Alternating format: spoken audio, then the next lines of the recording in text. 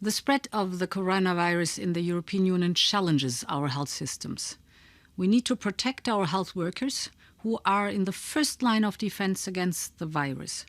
We must safeguard them with protective equipment, masks, gloves, protective garments, etc. We work on 3 fronts. First, we are working with the industry to ramp up production. Second, we need to keep in the EU the protective equipment that we need. This is why we adopted today an export authorization scheme for protective equipment. This means that such medical goods can only be exported to non-EU countries with the explicit authorization of the EU governments. This is the right thing to do because we need that equipment for our healthcare systems. Third, we need to share that equipment in the European Union. National bans on selling protective equipment to other member states are not good. We need to help each other. No country can produce on its own what it needs. Today it is Italy that rapidly needs large quantities of medical goods, but in a few weeks other countries will need it too. By producing more, keeping it in the European Union and sharing with each other, we can protect our health workers, patients, and contain the spread of the virus. This is why I proposed this European solution today.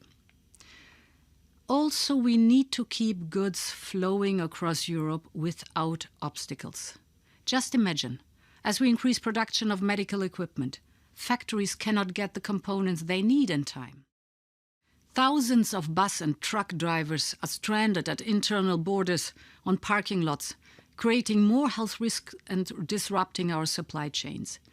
If we do not take action now, shops will start facing difficulties in refilling their stocks of certain products coming from elsewhere in the single market. In this moment of crisis, it is of utmost importance to keep our internal market going. In general, measures taken at national level can only be effective if they are coordinated with neighbouring countries, in particular in border regions. The European Commission is working around the clock with the national governments on all these fronts. Tomorrow we will launch joint public procurement with member states for testing kits and respiratory ventilators. These are badly needed for our patients across Europe. Also tomorrow we will present guidelines to national governments on border measures.